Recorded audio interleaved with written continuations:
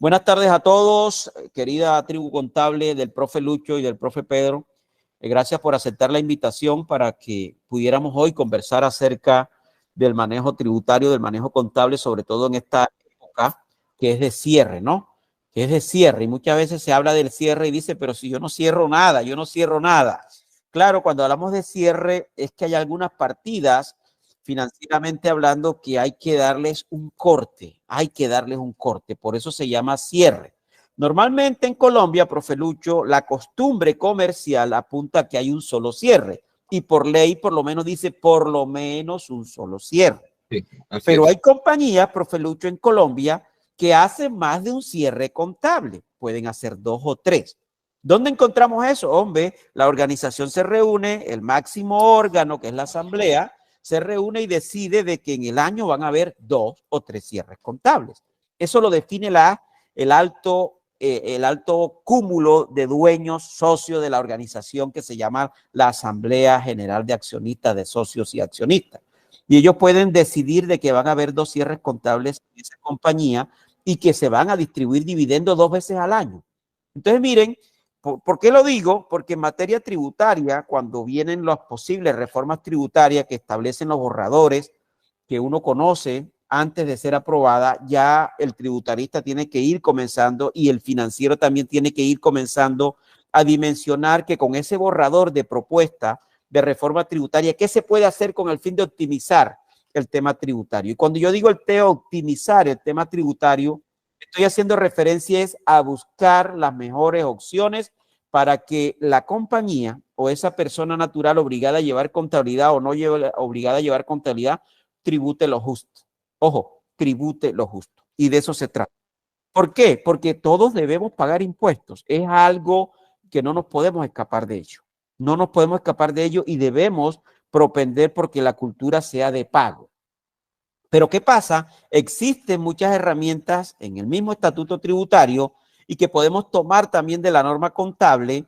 Podemos utilizar algunas herramientas con el fin de optimizar la carga tributaria. Ojo, optimizar la carga tributaria. Y eso es importante y fundamental, profe Lucho.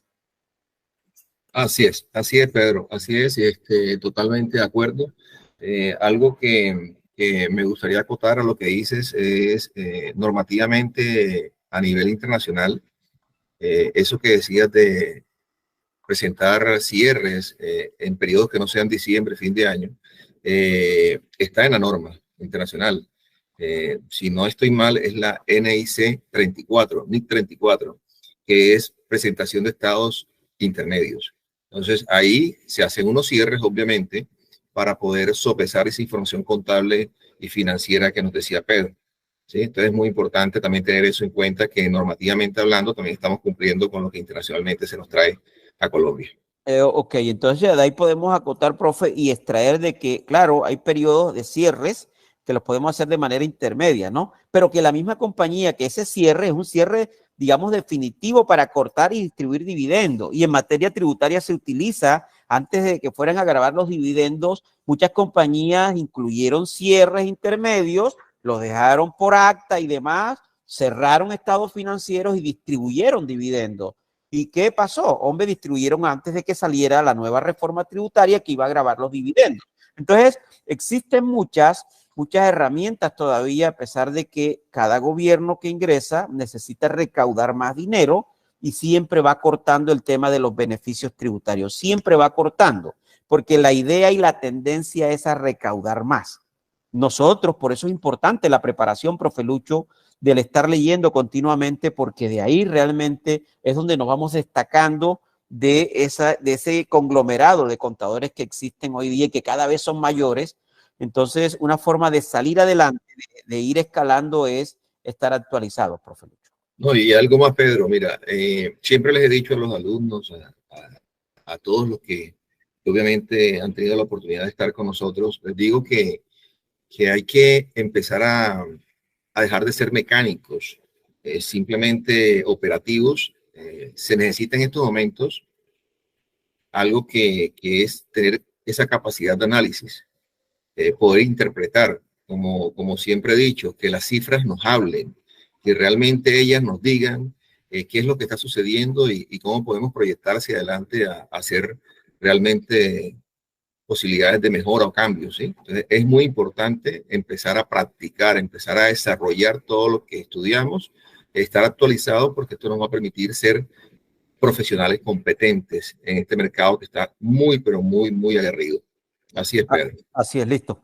Bien, profe. 2:13, entonces ahora sí entramos de lleno de pronto a compartir con toda la comunidad contable y tributaria aspectos importantes para el cierre contable y tributario, ¿no? Traemos una presentación, digamos, no nos vamos a ceñir 100% a la presentación va a ser una guía temática, vamos a tocar pronto temas, algunos que están ahí, otros de pronto no están ahí, pero aquí lo importante es que hoy nos llevemos una idea general de verdad de qué hacer, sobre todo en esta época cuando se habla del cierre contable y tributario. ¿De dónde surge ese cierre contable y tributario, hombre? En materia comercial, cuando una empresa surge al mercado y demás, dice la norma comercial que debe hacer cortes de la información. Y dentro de esos cortes y esos cierres que llamamos cierre, hay unas cuentas que efectivamente se cierran y que quedan en cero para que en el siguiente ciclo, en el siguiente periodo, ellas inician su periodo de cero. O sea, las cuentas de resultados obligatoriamente por norma se cierran para generar una utilidad o una pérdida del ente financiero para saber cómo nos fue en ese año. Entonces ya ahí estamos hablando de un cierre, estamos haciendo una operación para ver si mis ingresos, mi cuenta 4 en Colombia, que la conocemos para algunos sectores económicos, el sector comercial, es superior a mis gastos y a mis costos, ¿no? Entonces ahí podemos decir que hay una utilidad. Y en materia tributaria, no llamamos utilidad contable, utilidad o pérdida contable, sino que llamamos es la renta líquida gravable, lo que se determina de esa renta líquida gravable, que en teoría sería la utilidad, pero una utilidad fiscal. Entonces, ahí sale un término importante, profe Lucho, que hablamos de la utilidad contable y la utilidad fiscal. Cuando hablamos de utilidad fiscal, no necesariamente tiene que ser igual a la utilidad contable. Siempre digo yo, duden, debe haber diferencia. No puede haber esa similitud que eso sea igual, no puede haber. ¿Por qué? Porque como lo vamos a ver ahora y como bien ustedes conocen, no todo lo contable es fiscal y no todo lo fiscal es contable. O sea que van a haber diferencias. Y la administración tributaria se crea una conciliación contable fiscal que dice, necesito que me establezcan cuál es esa diferencia que se presenta entre la contabilidad y la tributaria. Profe Lucho, entonces ahí ya le doy la palabra para que comience a hablar de ese cierre contable y yo le voy interactuando cuando usted haga un aporte de algún componente de los estados financieros donde yo pueda intervenir en materia tributaria. Ok, Pedro, gracias. Miren, aparte de lo que nos dice el colega concerniente al cierre de las cuentas de resultados, ingresos menos costos, menos gastos, te da una utilidad contable y esta pasa al patrimonio. Algo muy importante allí en el tema de cierre, mis estimados visitantes en esta charla, es que realmente tus activos y tus pasivos cumplan con la normatividad. ¿Ok? Porque sí, está muy bien un cierre de cuentas de resultados, tus ingresos, tus costos, has depurado tanto lo contable como lo fiscal, tus gastos, que tengas en cuenta que con el tema de la taxonomía NIF, que siempre me he referido a eso, ya el PUC, o sea, ya lo que es el decreto 2650, pero está derogado. Hablar de pronto de codificaciones contables, eso ya es de cada contador, de cada colega, cómo lo utilice. Lo importante es cómo presentar esa información a nivel financiero y contable. Entonces, listo, cierras tus ingresos con tus costos y tus gastos y te genera unas utilidades o pérdidas. En el caso de utilidades, las pasas al patrimonio. Ok, el patrimonio prácticamente, señores, señoritas, es el neteo de los activos y los pasivos. O sea que realmente tú tienes que dejar claro en tus saldos contables que estos activos y estos pasivos cumplan con su concepto normativo. Es decir, por ejemplo, en un cierre contable, tú tienes que dejar tus activos reales en la contabilidad a ese corte. O sea, que eso que tú dices que posees, que era nuestro concepto antiguo, tienes que añadirle que te generen en el futuro beneficios económicos. O sea, que yo no puedo quedarme con un saldo en una cuenta de activo que eso al futuro no me genere un beneficio económico, porque si no, no es activo. Igual pasa con los pasivos, que sea una deuda cierta, que realmente ha sido de que se haya desprendido de algo para poder obtener esa deuda como tal y todo lo demás. O sea, que lo que va a quedar en el patrimonio en ese cierre debe ser real. Entonces, partiendo de allí, es importante que esto lo tengan demasiadamente claro. ¿Ok? Eso es importante.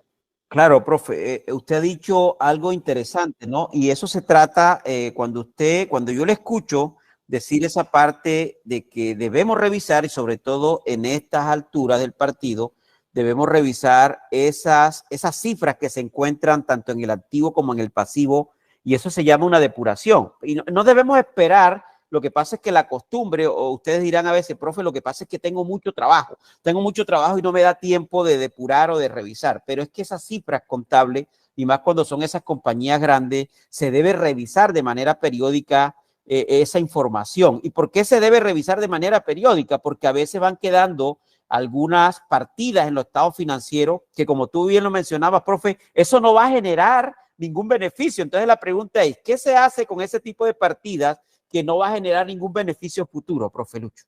Ok, pongamos un ejemplo, estimados asistentes. Cuentas por cobrar a socios, ¿sí? Una cuenta que está en el activo y que el socio, a medida que se va generando la operación en la compañía durante el año, solicita algunos recursos, ¿verdad? Y estos quedan en una cuenta por cobrar a él.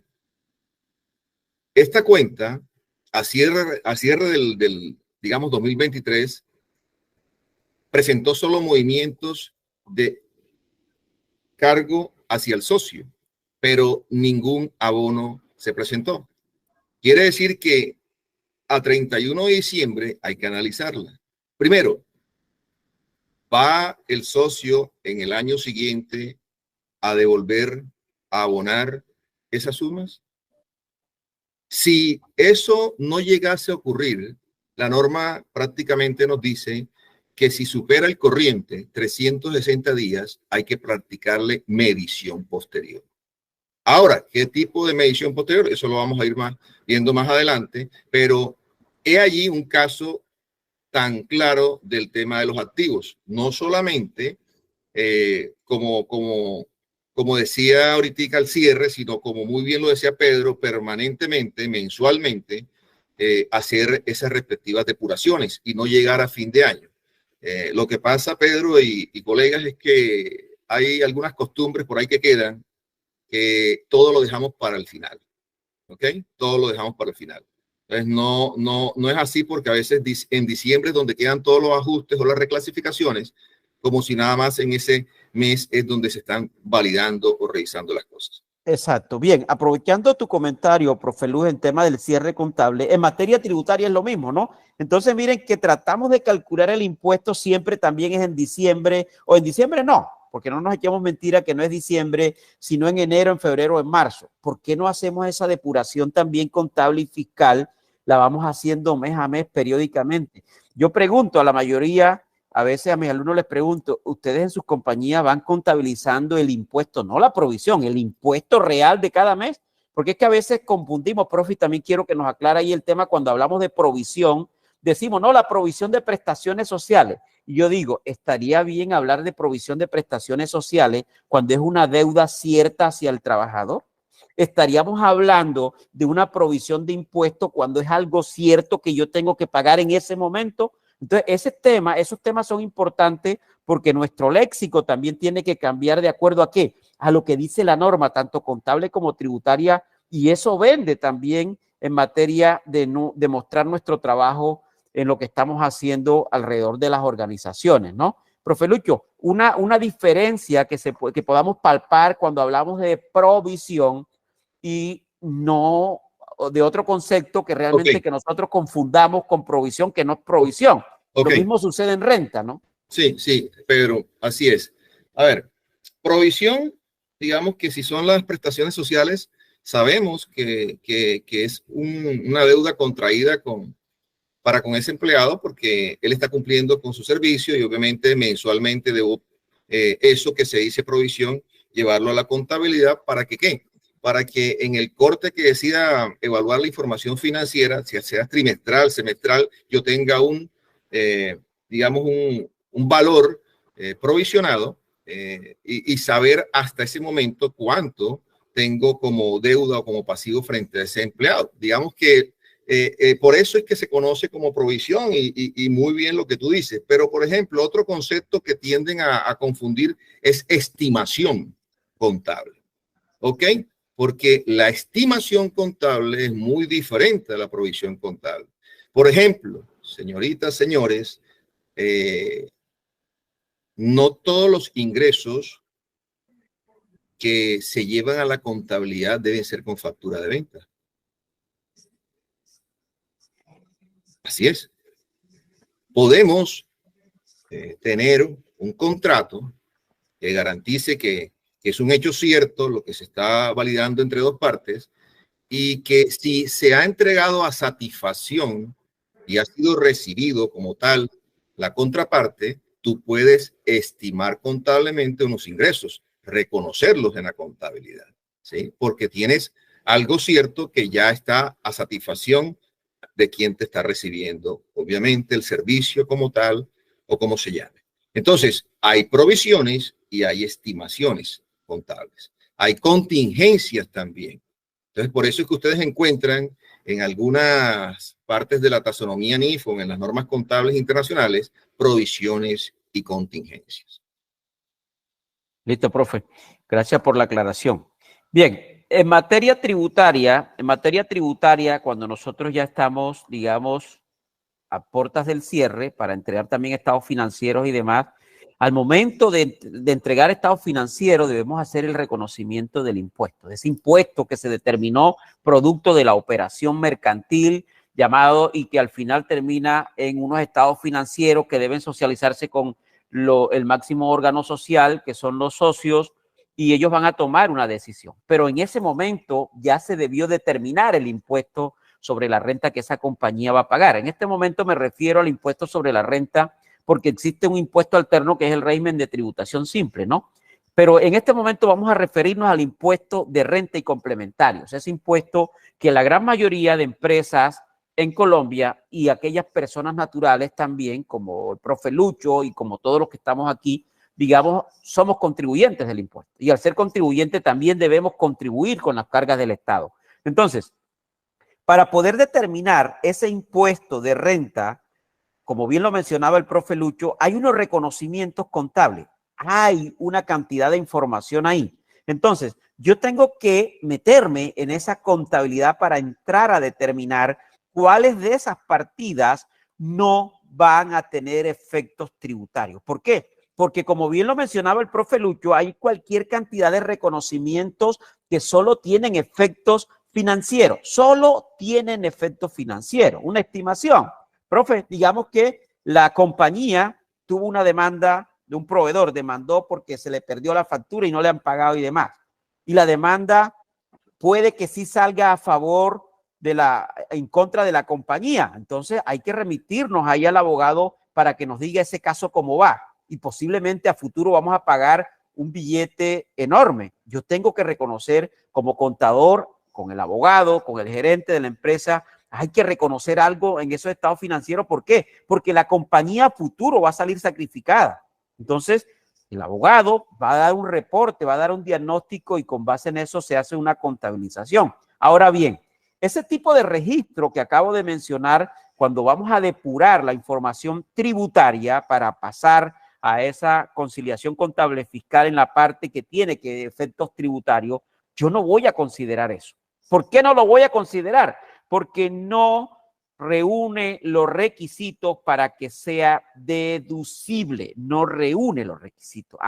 Entonces eso quiere decir que en materia tributaria, para que cumpla la condición de costo y de gasto, además de de entrar dentro de la definición de lo que es un costo y un gasto, tributariamente, además de ser contabilizado como costo-gasto, también se le pasa un filtro para que ese costo o gasto sea deducible. Y primero tiene que cumplir ¿con qué? Con la relación de causalidad. Tiene que tener una relación de causalidad. Y ustedes dirán, pero eso tiene relación de causalidad. Hombre, sí, porque se produjo producto de un conflicto con un proveedor. Hombre, puede que sí. Pero ¿por qué no lo puedo tomar? Segundo, no se le practicó retención en la fuente a ese concepto que yo contabilicé. Otro, no está facturado.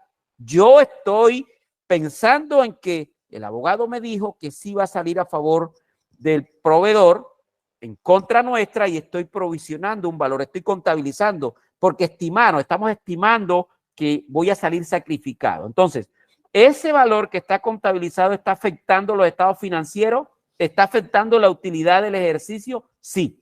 Pero tributariamente no me va a afectar la depuración en renta porque yo no voy a considerar esa partida. Entonces, ¿cuál es el mensaje, profe, para todos? Hombre, que debemos tomar un balance de prueba, todo, que es un balance de prueba, todo el movimiento contable que ha tenido la compañía en cifras gordos para analizar cada rubro de esas contabilizaciones que están ahí, para ver cuáles cumplen los criterios para que eso sea deducible, sobre todo en temas de costos y de gastos. ¿Por qué nos centramos en temas de costos y de gastos? Porque realmente ahí es donde se disminuye el ingreso para determinar una renta líquida inferior.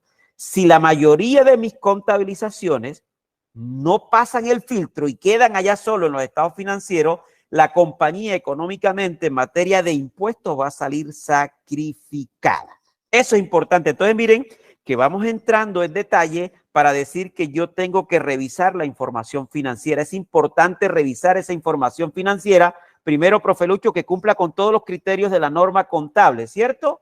Y después debemos revisar para que cumpla con la norma tributaria. Profe Lucho. Algo más, Pedro. Mira, algo más. Siempre recomiendo, sugiero, que conozcan bastante del negocio en donde son profesionales llevando la contabilidad o asesorando. Que sepan definir bien esa taxonomía NIF, lo que antes se conocía como Plan Único de Cuentas. Que tengan una organización propia de esa forma como están llevando los registros contables.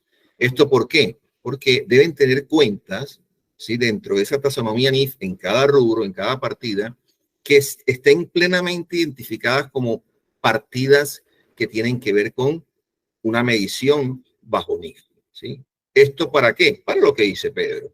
Al momento de sacar el balance de prueba, al cierre, después de todo, ya tú tienes identificado qué de eso que está allí en tu balance tiene un efecto NIF, más no fiscal, ¿sí? Entonces, todo es organizarte, prepararte bien, tabular bien todo ese engranaje de rubros y de partidas que estén allí para que al final no te sea tan difícil interpretar lo que está allí. Ejemplo, para darle la palabra a Pedro, ejemplo.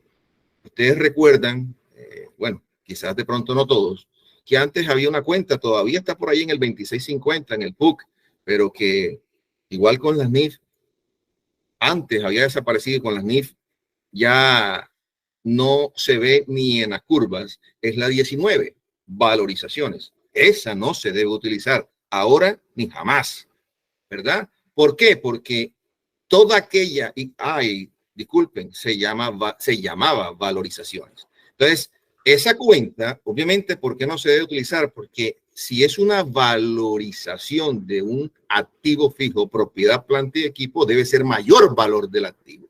Por ende, te digo que la separes del costo histórico de ese bien cuando lo adquiriste. ¿Para qué? Para que tengas en cuenta que esas valorizaciones no tienen un efecto fiscal, sino contable. Eso es un buen ejemplo, ¿no?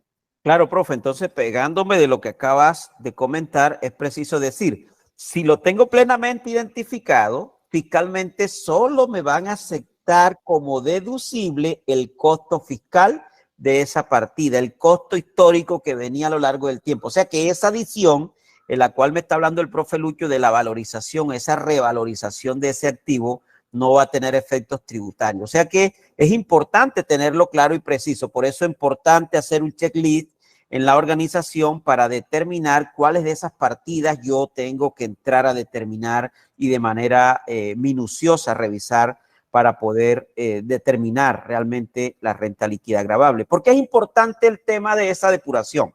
Porque los controles por parte de la administración tributaria cada vez van a ser más rigurosos. Tan es así que hoy en día ya la administración tributaria también se está apoyando con la inteligencia artificial. Entonces, hoy en día la administración tributaria tiene unas metas de recaudo. Tiene unas metas de recaudo. Claro, uno decía 20 años atrás, 30 años atrás, uno podía colocar ahí lo que quisiera en el formulario 110 y en el 210 de la renta y no pasaba nada. Pero hoy en día, si tú no presentaste la declaración hoy, mañana a las 12:01 ya te están diciendo, señor, no presentaste la declaración tributaria. Eso quiere decir que estamos en el radar de la administración tributaria, razón por la cual es importante que prestemos atención para que nuestro trabajo dentro de la organización donde estamos brille. ¿Y cómo brilla? Precisamente escuchando, leyendo, capacitándose. Jóvenes, esto es de capacitación permanente, así como la norma cambia, nosotros también debemos ir cambiando, pero en sentido positivo. El cambiar es aprender cada día más, escuchar cada día más, leer cada día más, porque esto es complejo. ¿Por qué lo digo que es complejo? Y cuando iniciaba la charla, profe Lucho, yo le decía, cada organización es un mundo totalmente diferente. Cada organización es un mundo totalmente diferente. O sea que retomo palabras del profe Lucho y decía, conoce bien la organización donde trabaja. Y yo también lo digo, para poder asesorar en materia contable y en materia tributaria, tienes que conocer aquel componente que tú vas a asesorar.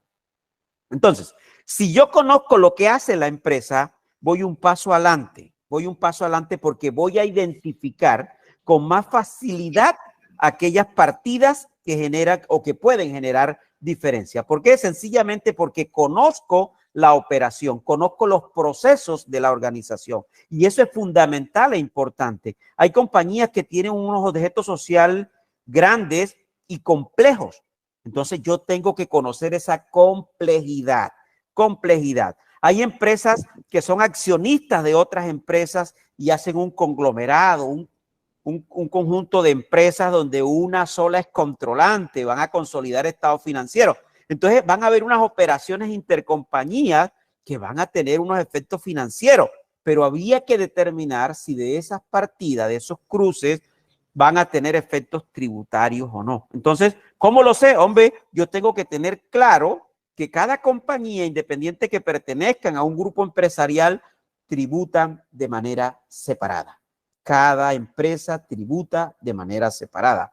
Aunque la controlante consolide información, la declaración de renta es individual. En este momento es individual.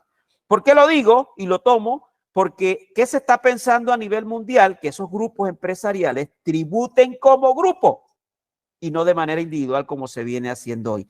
O sea que tenemos que ir, porque cómo construye esto uno y cómo lo sabe, porque está leyendo continuamente de qué están pensando los grandes grupos empresariales, sobre todo los grupos poderosos a nivel internacional, qué están pensando ellos para también con el fin de qué, de contribuir a qué, a que esto se realice. Caso OCDE, que es un organismo internacional que entrega unos lineamientos a los países y los países los acatan vía recomendación y que al final terminan siendo leyes.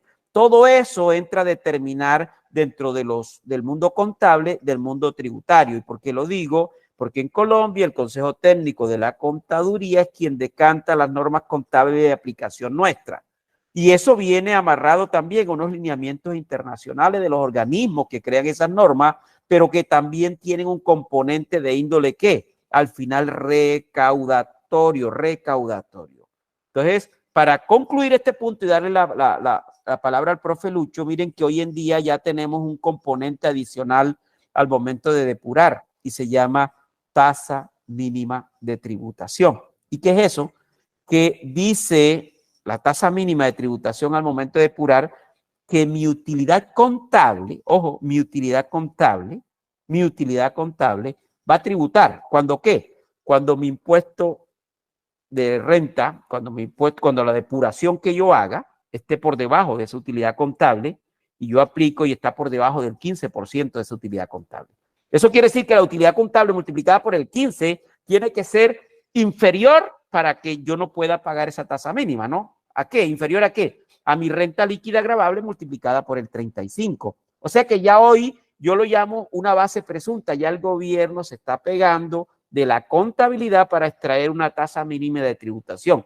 O sea que ninguna compañía, profe Lucho, va a tributar menos de esa utilidad contable multiplicada por el 15%. Miren a dónde vamos, ¿ah?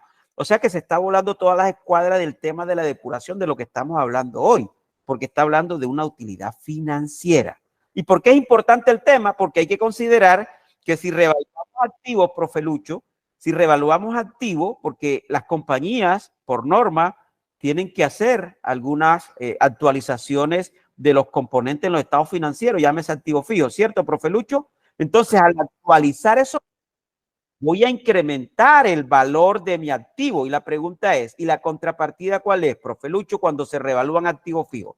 Será patrimonio, pero algunas partidas afectan muchas veces, ¿qué? Los estados financieros, sobre todo el estado de resultado. Y al afectar el estado de resultado, estoy afectando la utilidad de la organización. Sí, así es, Pedro, así es. Mira que con las NIS nace el ORI, otro resultado integral. Eso hay que tener en cuenta la normatividad y el tipo de si es pyme, si es plena, porque para una pasa por el resultado como ORI, allá después de la utilidad contable de la operación como tal, al final. Por eso es que se llama estado de resultado integral, cuando tiene un efecto del ORI, del otro resultado integral. Y por ende, esto pasa luego al patrimonio y ahí es cuando se ve reflejado en el estado de situación financiera. A eso que se refiere Pedro. Algo también, Pedro, ahora que te escuchaba hablar, es con respecto a tener claro el tipo de normatividad contable financiero que le rige a la empresa, ¿no? Si es una empresa de acuerdo a los requisitos que existen para Colombia, si es para una empresa que aplica normas internacionales para pymes, si aplica plenas, norma completa, si es una empresa de economía mixta, ¿sí? que ya no le aplica ni pyme ni plena, sino las normas de sector público. Entonces, caramba, esto, ¿por qué se los digo? Aquí escuchando a mi colega y Pedro Arrieta, porque es que no sabemos, hoy sabemos dónde estamos. Lógicamente sabemos dónde estamos. Mañana no lo vamos en estos momentos a saber. Y si se te presenta la oportunidad de cambio, obviamente a mejorar tu parte económica y profesional, puedes pasar de una pyme a plena o puedes pasar de una pyme a sector público. Y entonces vas a desaprovechar esa oportunidad porque no tienes el conocimiento o porque no te has actualizado. Empieza desde ya. Es lo que siempre decimos Pedro, mi persona y los demás colegas cuando estamos en la cátedra. Empiecen desde ya. Hoy, si no aprendo algo, es un día perdido. Hoy, si no aprendo algo, es un día perdido. Adelante, Pedro. Gracias, profe Lucho. Efectivamente, bien. En ese tema, profe, cuando usted comenta de que efectivamente nos vamos a desenvolver en diferentes tipos de empresas, en tipos de sectores, y ahí también voy a tomar la batuta con eso que usted estaba diciendo, y es importante saber que el artículo 22 tiene una cantidad de personas jurídicas, de entes, de organizaciones que no contribuyen y no declaran. No contribuyen, no declaran. Entonces, por eso es importante lo que decía el profe Lucho, la ubicación. Yo tengo que ubicarme en la empresa donde yo estoy trabajando, porque aunque sea de naturaleza privada, puede que no sea contribuyente del impuesto de renta, ¿no? Puede que reciba ingresos y reciba ingresos estatales y por la exigencia de ese desembolso del Estado hacia esa compañía, puede que ese ingreso que perciba la compañía por expresa disposición de la norma dice que ese ingreso no paga impuestos. Entonces, miren que es una compañía de naturaleza privada. pero puede que el Estado esté subsidiando a esa compañía. ¿Recibió el ingreso? Sí. ¿Es grabado con renta? No. Entonces, es importante conocer la organización donde yo estoy y qué operaciones realiza. Lo mismo pasa en renta, lo mismo pasa en el impuesto sobre las ventas. ¿Cómo determino que una operación sea grabada? ¿Cómo la determino? Y yo digo, ahí aplico la regla de Renato Descarte, voy descartando. ¿Por qué voy descartando? Porque en la norma, en el estatuto tributario, en el libro tercero, que es específicamente de IVA, me dice cuáles son los bienes que están grabados, bienes y servicios a la tarifa del 5.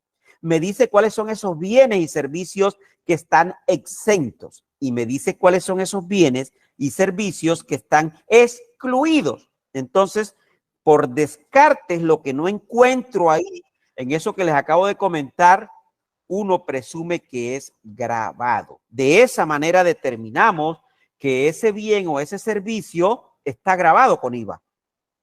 Perdón, en renta también sucede exactamente lo mismo. ¿Cómo sé yo si soy contribuyente?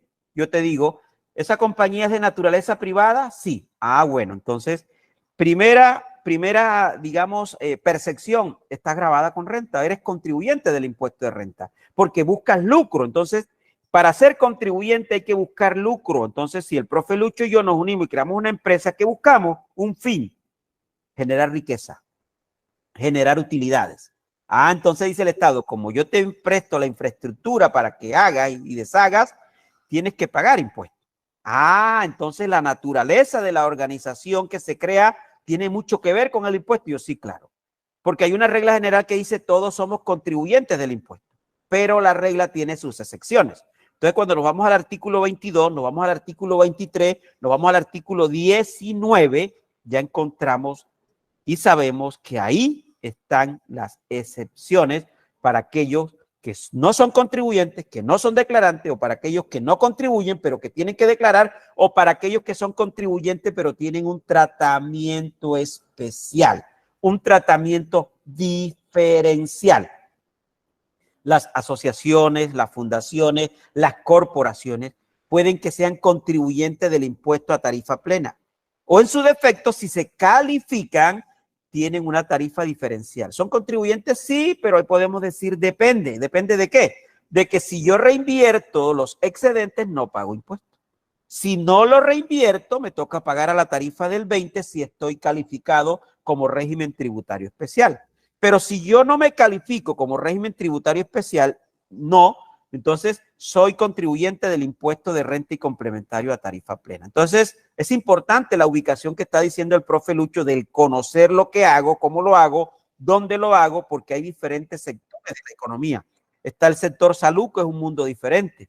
Está el sector de los hidrocarburos, que es un mundo diferente. Está el sector financiero, que es un mundo diferente. Está el sector transporte, que es un mundo diferente. Está el sector privado, acá comercial, que es un mundo mayor a los otros sectores. Entonces, esa ubicación es importante porque nos va orientando y nos va guiando para que nosotros podamos conocer de primera mano cómo desenvolvernos dentro de esa organización.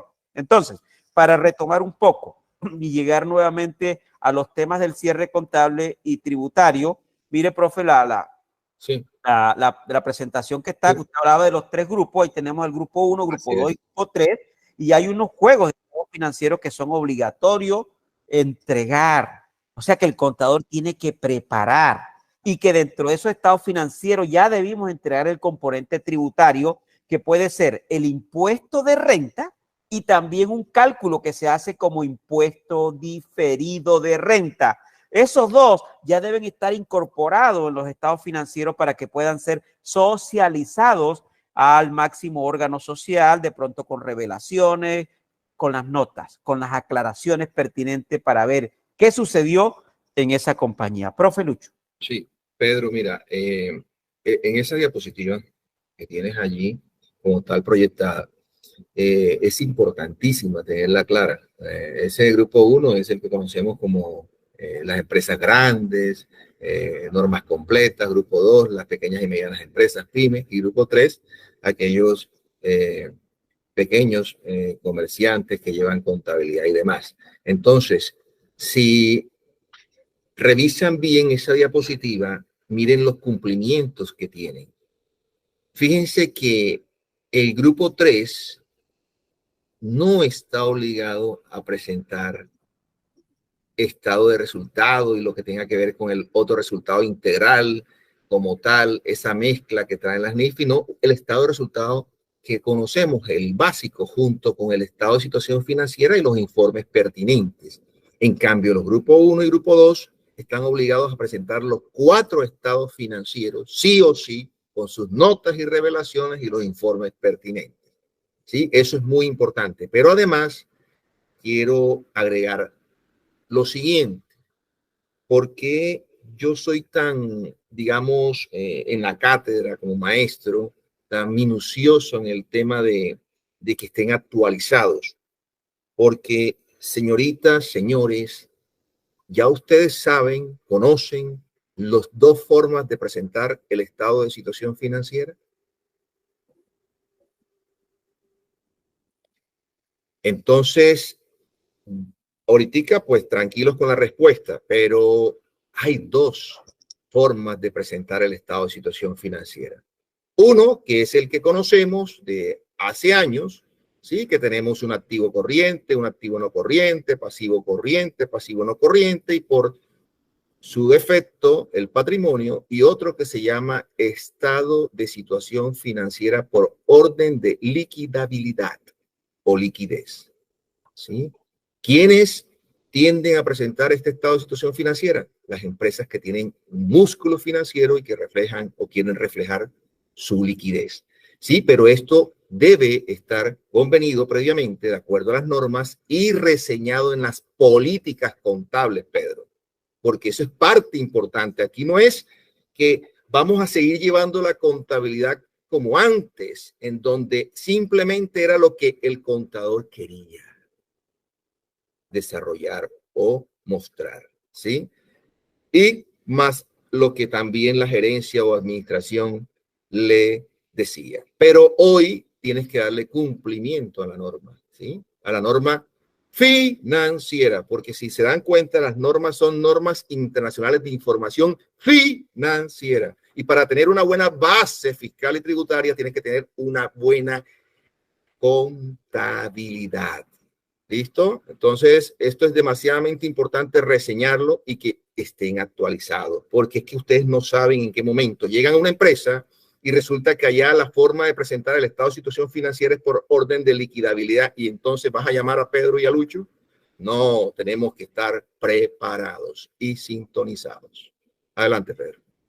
Listo, profe Lucho, eso es importante. Bien, aprovechando, así como en materia financiera es obligatorio esa preparación y entrega, en materia tributaria también, para algunas organizaciones es obligatorio, mejor dicho, para todas las personas jurídicas contribuyentes del impuesto de renta y complementario, es obligatorio, ojo, lo que voy a decir, la preparación de la conciliación contable fiscal es obligatoria. Entonces, es importante saber que así como las empresas tienen que entregar su estado financiero, los contadores tienen que prepararla y socializarla con el máximo órgano. En materia tributaria existe la conciliación contable fiscal o formato 2516 para las personas jurídicas y para las personas naturales el 2517. ¿Qué dice la norma en materia tributaria de la conciliación contable fiscal? Dice que es obligatoria su preparación. Ojo, es obligatoria. ¿Para quiénes? Para todos los contribuyentes del impuesto de renta y complementario. Ojo, 2516, personas jurídicas. Obligatorio. ¿Por qué? Porque la administración tributaria en cualquier momento, cuando ellos quieran, van a solicitarlo y nosotros tenemos que tenerlo. Y si no lo tenemos, en ese momento en que se lo solicitan, se llama irregularidades en la contabilidad porque no se tiene y no se cuenta con ese formato. Entonces, cuando se tienen ingresos iguales o superiores, pero superiores a 45,000 VT, se está en la obligatoriedad de hacer el reporte y entregarlo. Cuando los tenemos por debajo de esos ingresos, se tiene la obligación de preparar esa conciliación, más no entregársela a la administración, sino que hay que tenerla ahí para en cualquier momento, cuando la administración tributaria lo solicite, tenerlo. Entonces, profe Lucho, para ir recapitulando, importante conocer el negocio. Importante saber a qué se dedica la organización.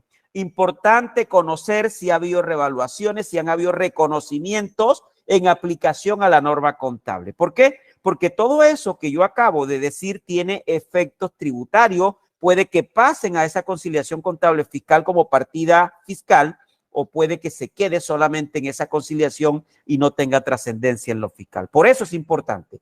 Y así como en materia financiera se deben entregar estados financieros, en materia tributaria es obligatorio que todo contribuyente del impuesto de renta y complementario, llámese persona jurídica, cumpla con la obligatoriedad de presentar la declaración de renta. Ojo, obligatorio.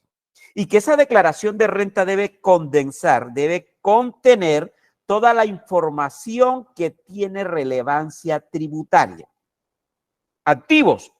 Hay activos que tienen reconocimiento financiero y que puede que ese mismo valor pase a mi declaración fiscal.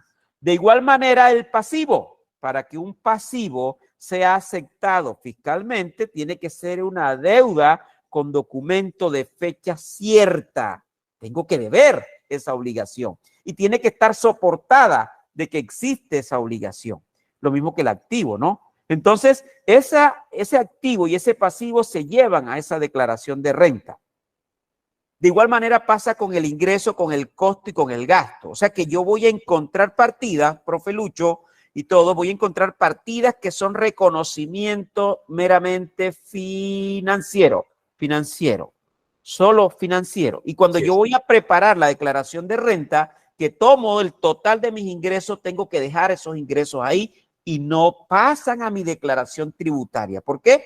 Porque es un ingreso que tiene solo un reconocimiento financiero. Y, profe, ¿dónde lo encuentro? Facilito. En el artículo 28 del Estatuto Tributario tenemos un larguero, un listado de los cuales para poder identificar que de esas partidas yo tenga en mi contabilidad al cierre de diciembre del 2023. Si tengo una de esas partidas, el artículo 28 me da claridad acerca de cuál sería el tratamiento. Cuando se realice ese ingreso, entonces sí tiene efectos tributarios. Mientras no se ha realizado ese ingreso, no va a tener efectos tributarios. Profe Lucho, y así con los demás componentes. Sí, fíjate, Pedro, fíjate.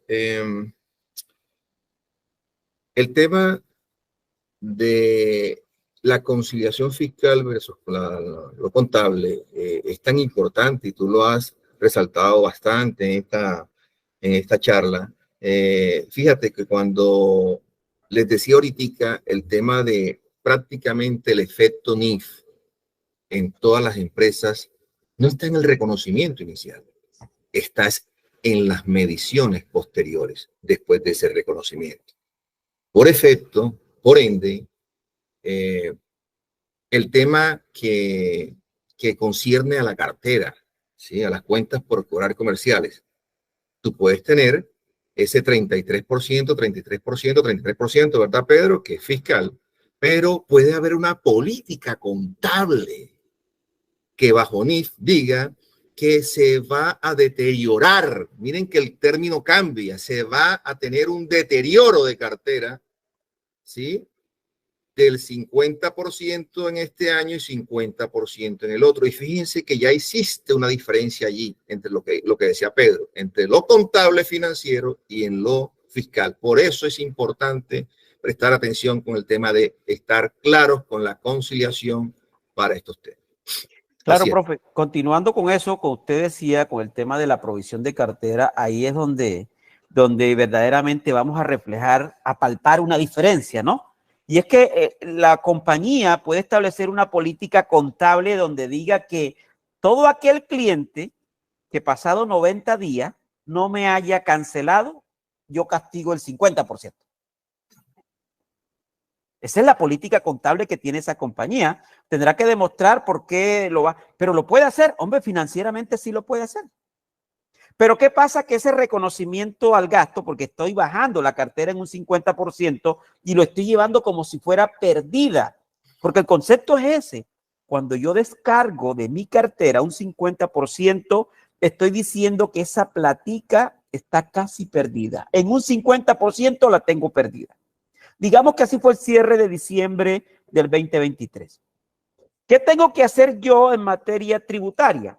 Aplicar la norma tributaria y determinar de ese 100% de esa cartera que esa compañía deterioró a un 50%, fiscalmente me van a aceptar una partecita que es inferior, sería como el 5% solo. Entonces, si se dan cuenta, ahí se genera una diferencia entre ese gasto que yo tengo contabilizado como deterioro de cartera en un 50% y tributariamente solo me voy a deducir una partecita de ese 50%. ¿Qué quiere decir? Que ese diferencial del 45, para colocarles un ejemplo, no va a tener efectos tributarios. Ahora bien, ¿afecta la utilidad del ejercicio de esa organización? Claro que sí la está afectando. Pero tributariamente no me está afectando en mucho la renta líquida gravable. O sea, mi renta líquida gravable es superior a esa utilidad contable en ese momento. ¿Por qué? Porque tengo unos gastos reconocidos que tributariamente la administración tributaria me dice, qué pena, pero no te los acepto. Entonces, en materia tributaria, para efectos del reconocimiento de esa provisión de cartera, tenemos el método individual y la provisión general, donde una reconoce de que todas aquellas deudas que tengan más de 360 días, yo le puedo descontar, provisionar, llevar al gasto fiscal tributario, me lo acepta la administración tributaria en un 33%.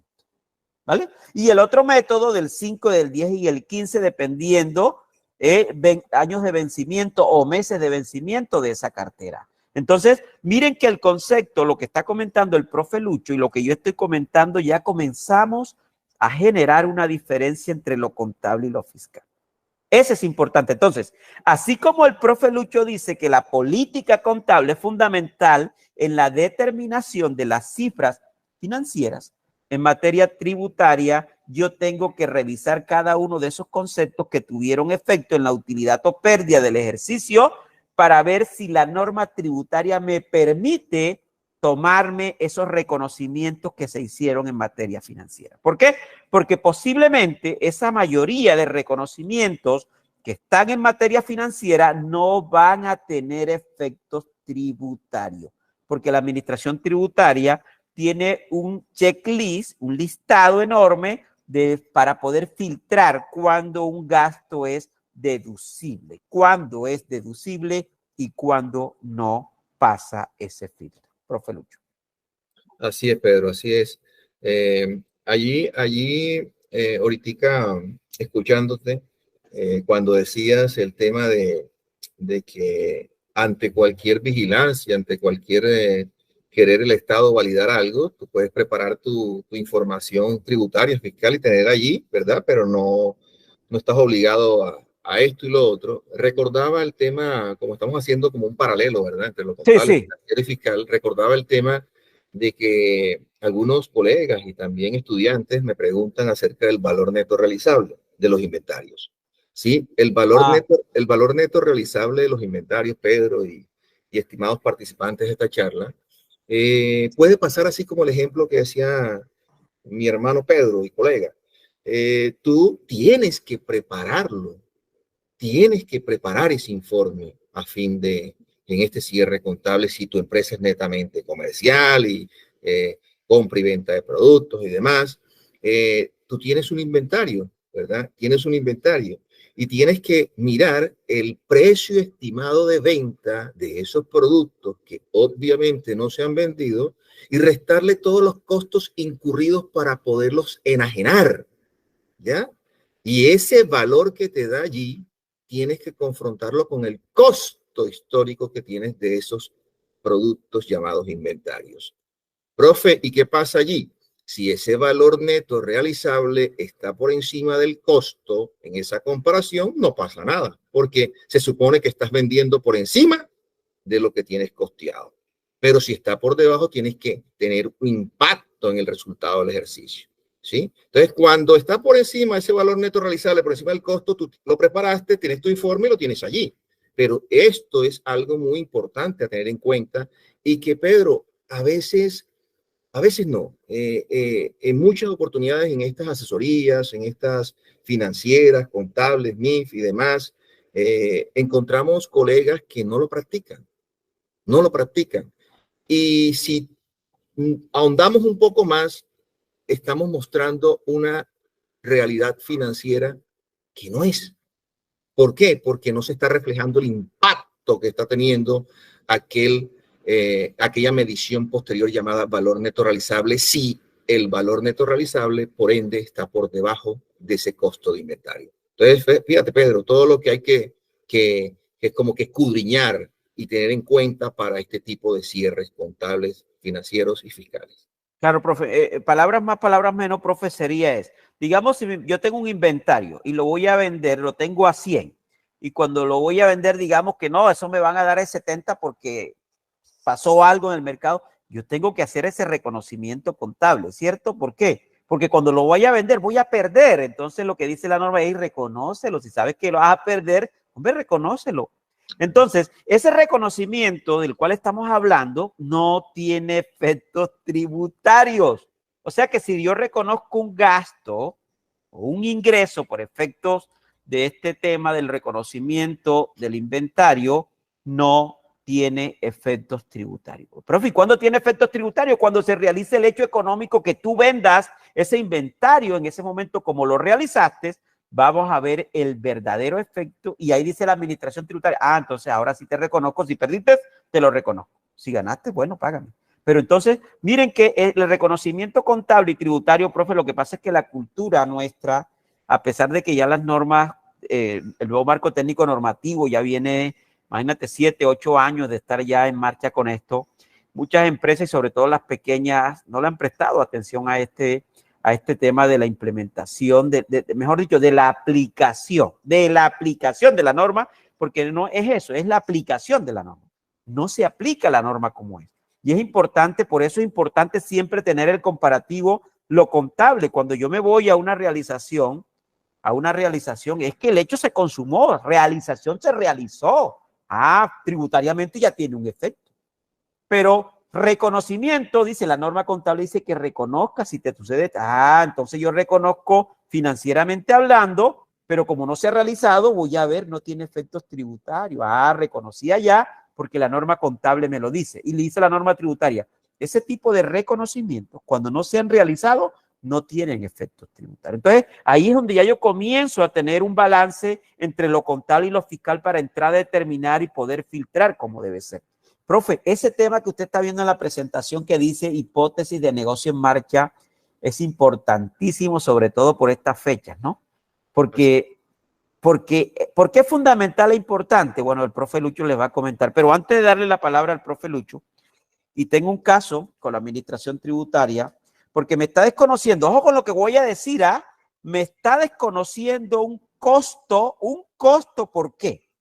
Porque la compañía a la cual estamos asesorando contabilizó, registró todo su hecho económico en un solo concepto contable, en una sola cuenta contable. La compañía produce, fabrica, pero también comercializa productos. O sea que es comercial e industrial y comercial. Para efectos de industria y comercio tiene que tributar por el industrial y por el comercial. Para efectos tributarios, reúne todo y paga a la tarifa plena en impuesto de renta. Pero ¿qué pasa? La administración tributaria me dice, hey, no están cuadrando las cuentas 7 con las cuentas 6 y el costo de venta. O sea, tu costo de producción no guarda mucha relación con tu costo de venta. ¿Qué pasó ahí? Justifícamelo. Y ha desconocido cualquier cantidad de dinero porque dice que la 7 tiene que guardar relación con la 6. Y más que la 6, ahí se cometió un error de contabilización de registro porque todo se ha registrado en un solo concepto que es la cuenta de industrial, como si fuera fabricante todo. O sea que todo el costo de venta está incluido ahí en ese concepto de ese costo de venta del sector industrial. Pero si aplicamos la esencia sobre forma y si aplicamos la norma contable en su sentido estricto, la norma contable no habla de cuentas contables. Dice, reconoce esto como costo. ¿cierto, profe Lucho? No me dice que tienes que llevarlo necesariamente, si es comercial, a la 6135, porque esa cuenta es de comercial. Y a la 6105, 010, 20, porque ahí vas a meter los conceptos que se originan de tu costo de tu operación industrial. La norma contable no dice eso. Y el profe Lucho lo mencionaba y decía, esas cuentas contables es una herencia que tenemos ahí que nos dejó el decreto 2650. Donde estaba la dinámica y la descripción y teníamos un catálogo de cuentas. Hoy en día es potestativo de cada organización registrar. Es más, si yo quiero tener un solo concepto contable y meter todo ahí, lo puedo hacer. ¿Quién me va a decir que no? Pero a la administración tributaria, ¿por qué lo digo? Porque a la administración tributaria hay que probarle que la operación de esa compañía tiene una operación que es industrial y tiene una operación que es comercial. Ahora estamos en etapa probatoria. Entonces, ¿por qué lo digo? Porque el profe Lucho rescato lo que él decía y dice, la contabilidad es aplicación del nuevo marco técnico normativo en estricto sentido. Y ahí no hay plan de cuenta. Ahí no vamos a encontrar plan de cuenta. Habla de conceptos. Yo por eso a los alumnos les digo, y nosotros nos amarramos siempre a la cuenta, ¿no? Que es la inventario 14, caja 1105. Nos amarramos siempre a los códigos contables, pero debemos ir más al fondo. Así y la norma, el nuevo marco técnico normativo habla de conceptos, costo, y qué es costo tal, qué es gasto tal, qué es ingreso tal, qué es activo tal, qué es pasivo tal, qué es patrimonio. Entonces, es importante esto, profe Lucho. Así es, Pedro, así es. Fíjate que si salimos de nuestro país, Colombia, a trabajar nuestra profesión en otro país, vamos a encontrar que el plan único de cuenta es diferente. Entonces, por ende, es lo que estamos acotando, ¿no? El tema de la taxonomía NIF, ¿sí? Porque cada país tendrá su propia aplicación normativa de acuerdo al marco conceptual que se tiene establecido. Y hablando de ese tema del marco conceptual, señores, señoritas, el DUR, Decreto Único Reglamentario, ¿sí? El DUR 2420 de 2015, anótenlo con, ahí es donde están anotando, o sea, anótenlo, DUR 2420 de 2015, ahí tienen todo, absolutamente todo lo que necesitan saber acerca de lo contable, financiero, y así como decía Pedro ahorita, ya el estatuto tributario y demás normas con el tema fiscal. No, ¿sí? Lucho, aprovecho, disculpa, ahí está el DUR en materia tributaria también, que es el 1625, que lo anoten. Entonces, así como, sí, claro, excelente, así es. Así como tiene el DUR en materia contable, que es la recopilación de todos los marcos grupo 1, grupo 2 y grupo 3, el DUR en materia tributaria es la recopilación de todos los decretos reglamentarios que existen en materia tributaria, todos. Y los que están en estos momentos, cuando ustedes los consulten, es que está actualizado y lo que va saliendo lo van descartando. Eso quiere decir que si hoy sale un decreto reglamentario, en materia tributaria, automáticamente lo incluyen en el DUR, Decreto Único Reglamentario en materia tributaria 1625, profe Lucho. 1625, anótenlo también, caramba. Y no se repite, Pedrito. Sí, señor. Bueno, miren, eso que dice Pedro acá en la diapositiva, ¿verdad? Que quiere que pues, igual le hablemos al respecto, el hipótesis de negocio en marcha y su incidencia en la elaboración de los estados financieros. A ver, la hipótesis de negocio en marcha, digamos que es algo que se viene hablando hace muchos años, pero con el tema pandemia, COVID-19, como que empezó a tener relevancia, ¿no? Porque habría que abordar, habría que tener en cuenta si realmente la empresa tenía esa posibilidad de poder continuar su operación, ¿sí? Y reflejarlo en las notas y revelaciones. A ver, este tema de hipótesis de negocio en marcha es un postulado, ¿sí? Que empezó por allá con el tema del IASB, que es el International Accounting Standard Board, que es el tema de las, pues, ese organismo internacional que empieza o que ha empezado a emitir normas ahora en la actualidad, porque antes era el IASC, cuando eran NIC, ahora como hay NIF y todo ha venido actualizándose, es ese instituto. Él contempla en su marco conceptual, allí indica que una entidad, una empresa que informa, debe aplicar las normas para esa preparación y presentación de estados financieros, pero tiene que tener en cuenta si existe la necesidad o la obligación de suprimir operaciones o no, y decirlo, revelarlo, por motivos financieros, motivos específicos que se presenten, ¿sí?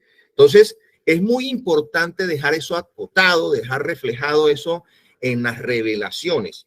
Fíjense que ahorita yo le hablaba de 4 estados financieros bajo NIF. Antes eran 5, ¿verdad? Antes eran 5, ¿sí?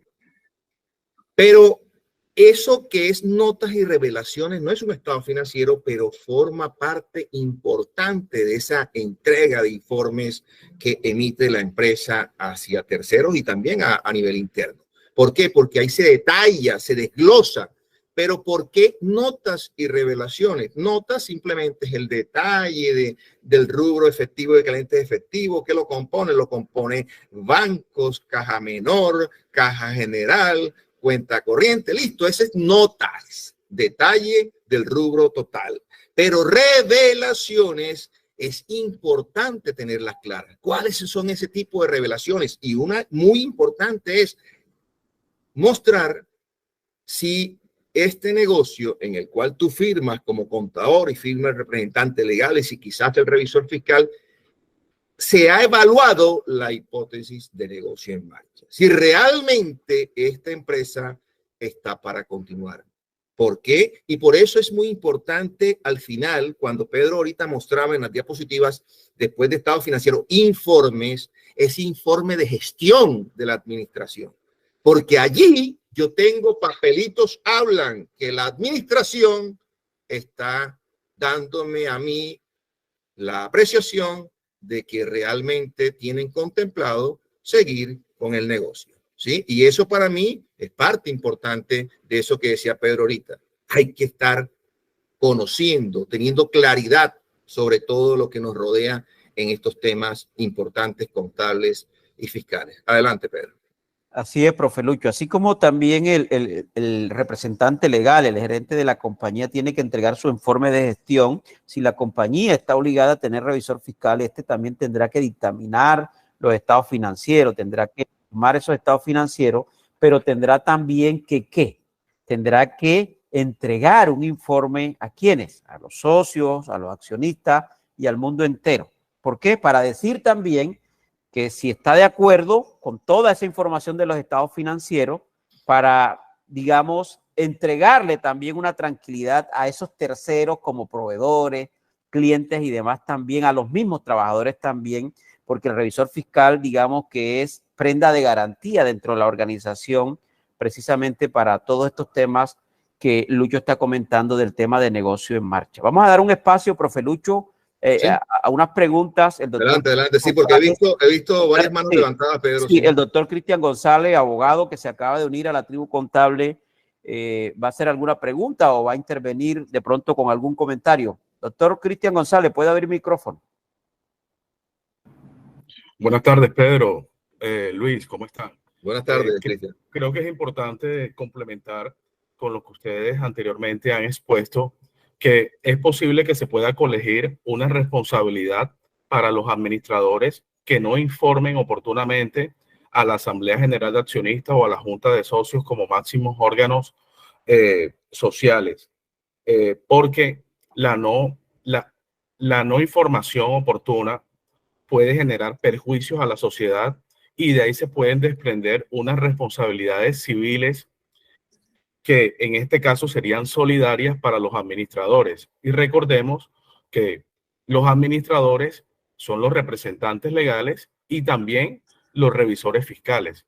Entonces, es muy importante que si el resultado de esa evaluación se encuentra que la empresa está en situación de incumplimiento frente a la hipótesis del negocio en marcha, el administrador o los administradores informen oportunamente. ¿Y cómo se informa oportunamente a los socios o a los accionistas?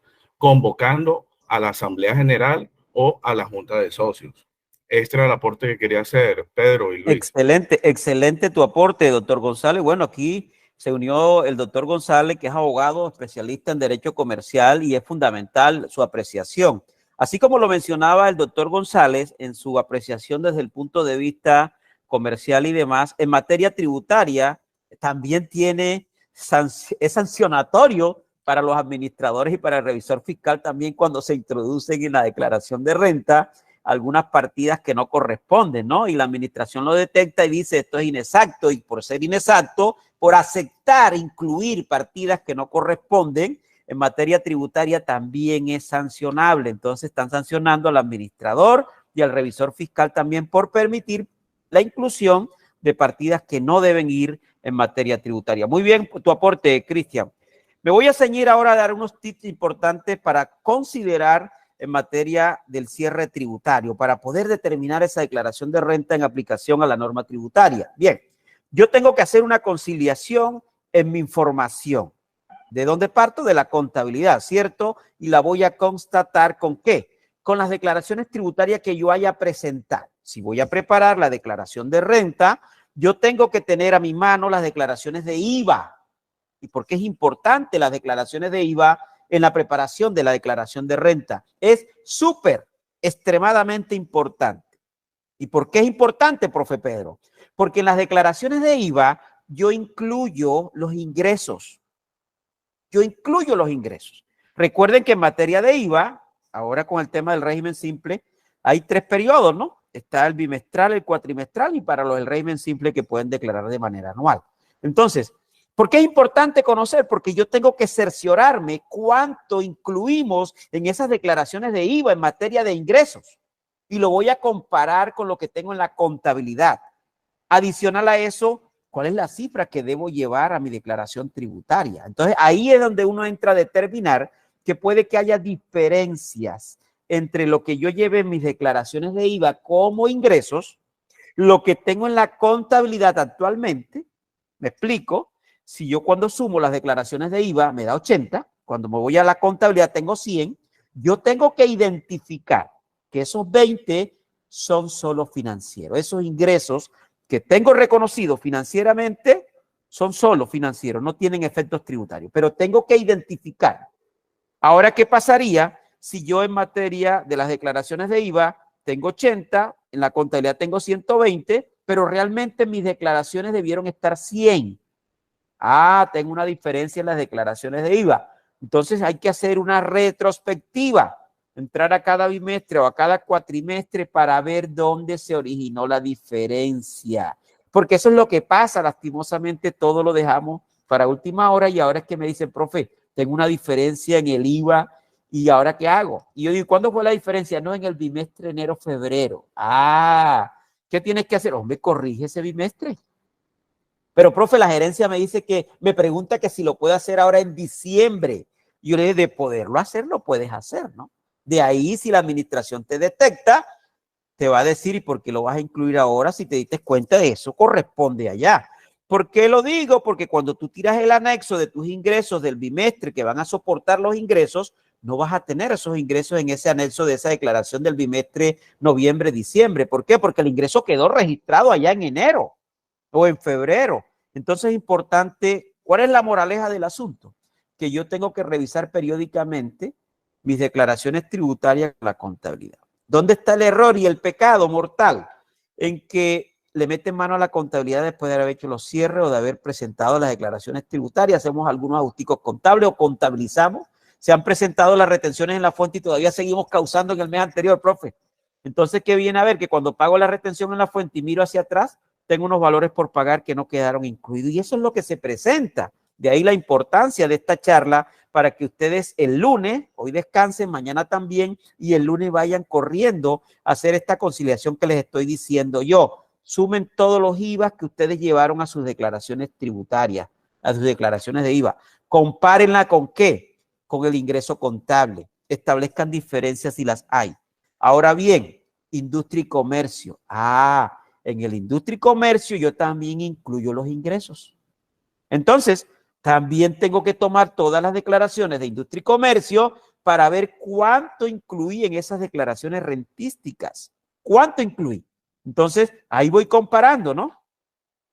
Otras declaraciones que contienen ingresos, la retención en la fuente, con la famosa autorretención especial, artículo 114, raya 1.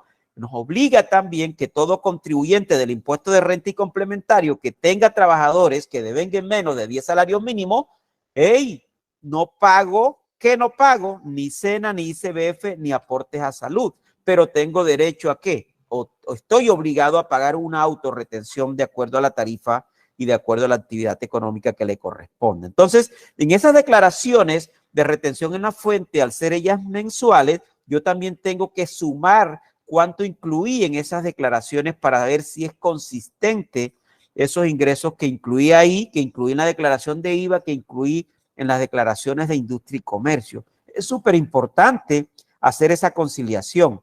Ahora bien, me voy a la contabilidad, extraigo los ingresos y comienzo a determinar cuáles van a ser mis ingresos en la declaración de renta. Es importante esto que estoy mencionando. ¿Por qué? Porque ahí dependerá inconsistencias. Y cuando tú presentes la declaración de renta y no hayas hecho esta conciliación que yo te estoy comentando, la administración lo detecta y te va a informar y te dice que los ingresos que declaraste en IVA no son consistentes con lo que incluiste en la declaración de renta. Si yo no tengo la respuesta, en ese momento es que voy a comenzar a hacer lo que debiste hacer cada mes, cada bimestre, cuatrimestre. Giuliani levantó la mano, me dice aquí. Giuliani, puedes abrir tu micro y preguntar. Buenas tardes. Buenas tardes. Buenas tardes. Están? Profesor Lucho, profesor Costa, Pedro. Hola. Bueno, yo tengo una inquietud. ¿Una sola? Bueno, hay una sola, pero rigen en muchas.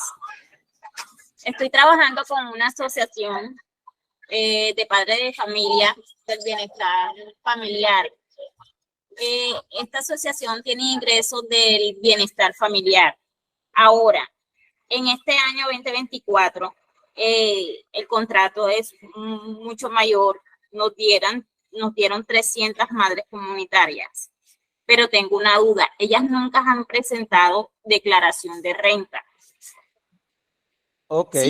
Siempre el 31 de diciembre lo que he revisado le queda un excedente, pero ellas me dicen de que ese excedente que queda corresponde a las cesantías, los intereses de cesantía de las madres comunitarias, y si queda, el excedente que le quede se lo devuelven al bienestar. Ahora, me da cosas de que yo le presente este año la declaración de renta y ellos nunca han presentado. ¿Qué inconveniente tendría? Ok, el inconveniente que vas a tener es presentar la declaración de renta, porque no tienes por qué presentarla, artículo 22 del Estatuto Tributario. Por eso es importante lo que estamos hablando, porque tú me hablaste que es una asociación de padres de familia. Las asociaciones de padres de familia no son contribuyentes del impuesto de renta y complementario. Okay. No son contribuyentes, por eso es que cuando tú revisas, ¿y dónde están las declaraciones anteriores? No, nadie la presentó porque el artículo 22 dice que las personas jurídicas que se encuentran dentro de ese artículo 22 no son contribuyentes y no son declarantes, o sea que no tienen la obligación de presentar declaración de renta, ¿vale? Ok, es que me llamó la inquietud porque usted ahorita pues mencionó de que toda persona jurídica, fundación, asociación debe de presentar declaración de renta, entonces estaba como... No, claro, pero si me escuchas... Es la primera experiencia que tengo con una asociación y pues... Excelente, excelente, pero mira que yo decía, es importante que hagamos el check y el barrido y el profe Lucho lo decía. Y es importante tu pregunta, Giuliani, porque de ahí vamos a extraer mucho aprendizaje, ¿no? Cuando yo estoy trabajando, yo tengo que conocer dónde estoy trabajando, porque ahí es donde yo tengo que identificar primero en materia contable a qué grupo pertenezco. Y en materia tributaria, si soy contribuyente del impuesto de renta o no. Y si no soy contribuyente, estoy en el simple o dónde estoy, en el artículo 19 como régimen tributario especial, o estoy en el 22 como no contribuyente, como no declarante, o estoy en el 23 como no contribuyente y como declarante. Entonces, es importante que nos ubiquemos qué hace la compañía, a qué se dedica la compañía, cuál es su componente de composición de capital, es sin ánimo de lucro, es con ánimo de lucro, para poderla tabular, identificar y yo entrar a determinar si esa persona jurídica es contribuyente o no. Ahora bien, se me ocurre algo, Giuliani, y también tenemos a veces una concepción errada porque creemos que como es persona jurídica, de pronto tampoco son agentes de retención. Y una cosa es que yo sea agente de retención porque por expresa disposición de la norma, todas las personas jurídicas son agentes de retención, o sea, son agentes de retención. Y una cosa es ser agente retenedor y otra cosa es que sea contribuyente. Son dos mundos totalmente diferentes que tenemos que aprender a diferenciar. Cuando yo digo que soy agente de retención, es que debo practicar la retención, quitársela a ese proveedor y entregársela a la DIAN. Cuando yo soy contribuyente del impuesto es que yo, de mi utilidad fiscal, voy a pagar impuestos. Miren que la dinámica, la función, la acción es totalmente diferente. Cuando yo soy agente retenedor, retengo, le quito ¿a quién? A un tercero y se lo entrego, como dicen en México, le entero a la administración tributaria. Le entero, entregar es, le pago a la DIAN. Pero cuando yo soy contribuyente del impuesto, debo cumplir los dos roles. Soy agente retenedor, le quito al proveedor y le pago a la DIAN, pero también debo contribuir con mi utilidad pagando un porcentaje establecido. Entonces, es importante porque con la pregunta de Giuliani me dio para poder incluir también esa otra pregunta que a veces es muy frecuente que se haga y que creemos, porque ese tipo de asociaciones y demás son agentes de retención. Son agentes de retención, lo que pasa es que a veces no lo aplicamos. Fabián Montes se decidió a abrir el micrófono, profe Lucho. Yo estaba preocupado que no lo abriera. Yo tengo una pregunta, profe, con relación a lo que usted estaba comentando en el tema de la conciliación. ¿Sí? El profesor Lucho al inicio comentaba sobre aquellos ingresos que no son facturados, pero que sí se perciben. ¿Cómo pasa, por ejemplo, en el caso cuando estamos conciliando lo que es buzón, pues por la información que tiene la DIAN? Si en ese caso de pronto es posible que surja alguna diferencia ante la información que se reposa en la administración. No sé si la pregunta claro. es clara. Te entendí. Y vamos a hacerlo un poco más clara. Claro, yo tengo el profe Lucho, mira que el profe Lucho está dando la óptica contable y yo estoy tratando de dar la óptica tributaria. Estoy dando la óptica tributaria. Cuando el profe Lucho dice que hay reconocimientos que no necesariamente están facturados, en materia tributaria, yo lo que tengo que mirar es si realmente la operación se dio, el hecho económico surgió. Me explico, Fabián. Si yo vendo celulares y te entregué 5 celulares, 10 millones de pesos los 5 celulares, tú te llevaste la mercancía, ya la venta se realizó, el hecho económico se realizó, porque hubo transferencia de dominio, tú tienes los celulares y tú me adeudas esos 10 millones de pesos. Mal haría yo en no reconocer ese hecho económico. Entonces, la norma financiera me dice reconócelo porque el hecho económico se dio. Tú entregaste la transferencia del dominio. Ya no es tuyo esos celulares, ya son de Fabián. Ahora bien, contabilizo el hecho económico, una cuenta por cobrar a Fabián y reconozco el ingreso. Me voy a la declaración tributaria. ¿Será que ese ingreso es tributario? Claro que sí, por supuesto. ¿Tienes que pagar renta sobre ese ingreso? Sí, claro, por supuesto. Pero, profe, ¿no generó la factura electrónica? Sí, no la generaste. ¿Tuviste algún problema? No pudiste facturar por lo que haya sido. Pero eso es un ingreso fiscal. ¿Por qué? Porque el hecho económico se dio. Ahora, cuando vamos a la conciliación contable fiscal, allá hay unos conceptos que dicen ingresos no facturados. Ahí tengo que incluir esos 10 millones de pesos que aunque fueron un ingreso fiscal, yo no lo logré facturar. Pero no quiere decir, ojo con lo que voy a decir, yo tengo que facturar la operación. Aquí no estamos diciendo que no hay que facturarla. Lo que pasa es que puede que la factura yo te la genere con fecha de enero. Pero el hecho económico yo lo reconocí en diciembre. Ya quedó reconocido en diciembre. Y voy a pagar ese impuesto en diciembre, en el periodo en que se dio el hecho económico. La factura quedó con fecha de enero. Sí, tengo que entregarte la factura porque tengo que cumplir con ese requisito que en materia fiscal nos obligan a que tiene que haber factura para que tributariamente también quede el soporte y quede la trazabilidad y evitar o disminuir el tema de la evasión fiscal. Entonces, Fabián, es que yo puedo reconocer ingresos que tienen efectos tributarios, costos que tienen efectos tributarios, gastos que tienen efectos tributarios en diciembre y la factura la puedo recibir en enero o en febrero, pero ya el hecho económico quedó en el periodo en que el hecho económico ocurrió. No sé si fui claro, Fabián. Sí, señor, claro que sí. Ok, profe Lucho, preguntas. El doctor González levantó la mano. Pedro, Lucho, ¿es posible castigar una cartera fiscalmente sin que no hayan evidencias de cobros jurídicos o judiciales.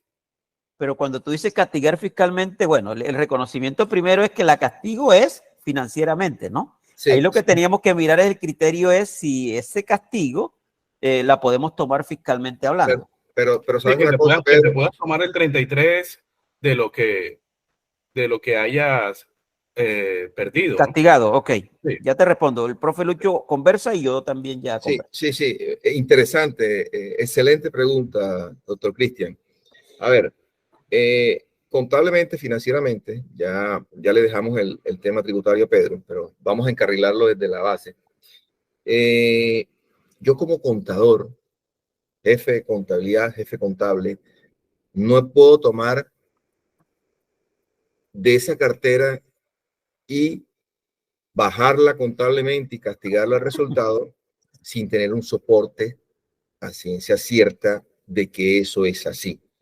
Por eso es que es importante que eso, digamos, profesionales como usted o que estén ahí asesorando a la compañía, den a través de un acta, de un informe, de que eso está en cobro jurídico, de que eso, pues, por X o Y motivo no se va a cobrar, ya está perdida, o sea, poco probable de recuperación, porque con base a eso es que se tiene en cuenta en la contabilidad. ¿Sí? Porque no se puede bajar o castigar porque simplemente el contador así lo quiso. Ahora, si la administración, la gerencia, dispone de que se realice porque no tienen abogados y esto, pero ellos dicen realmente eso no va a ser cobrado, entonces se hace con base a las políticas contables. Se va a la política contable y se revisa cuál va a ser el deterioro a aplicar a nivel porcentual.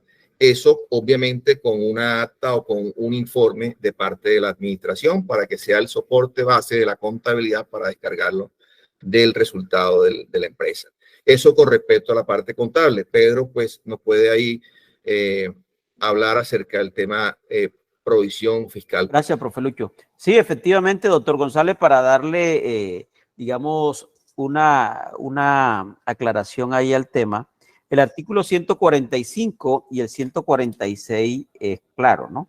Es claro en esta materia. Entonces, en materia tributaria, para ver si un gasto, un costo es deducible, siempre tenemos que ir a la norma. Tenemos que tener el soporte tributario, el artículo o la norma en la cual nos amparamos. ¿Por qué? Porque es que la administración tributaria puede controvertir lo que nosotros hayamos llevado a la declaración. Y tomamos el caso que dice el doctor González, dice, yo tenía una cartera, no hice gestión, no hice nada, me debían 100 millones de pesos ahí, como tenía más de 4 años, yo le di de baja así de chévere, pues. Entonces la administración tributaria dice, pero entonces demuéstrame que esa deuda corresponde al giro ordinario del negocio. O sea, hay que hacer un checklist y retomo palabras de lo que decía el profe Lucho. O sea, las operaciones dentro del giro ordinario del negocio siempre tienen que tener un soporte y demás. ¿Qué dice el 145? Palabras textuales dice, deducción de deuda de difícil cobro. Dice, los contribuyentes obligados a llevar contabilidad, ojo, podrán, del verbo podrirse, deducir las cantidades razonables que fije el reglamento como deterioro de cartera de dudoso o difícil cobro, siempre que tales deudas se hayan originado en operaciones productoras de renta, correspondan a cartera vencida y se cumplan los demás requisitos legales. Entonces, miren que lo que me dice es, ¿qué dice el reglamento para que tú te puedas deducir? Y existen dos métodos, ¿no? Existen dos métodos, pero también está el artículo 146 que nos dice que nos podemos deducir algunas deudas que están manifiestamente perdidas o sin valor. ¿Qué dice esta? Dice que son deducibles para los contribuyentes que lleven contabilidad por el sistema de causación las deudas manifiestamente perdidas o sin valor que se hayan descargado durante el año periodo cobrable. Ojo, siempre que se demuestre la realidad de la deuda, se justifique su descargo y se pruebe que se ha originado en operaciones productoras de renta. Entonces, cuando se establezca que una deuda es cobrable solo en parte, puede aceptarse la cantidad correspondiente a la parte no cobrable. Entonces, doctor González, ¿qué te puedo decir?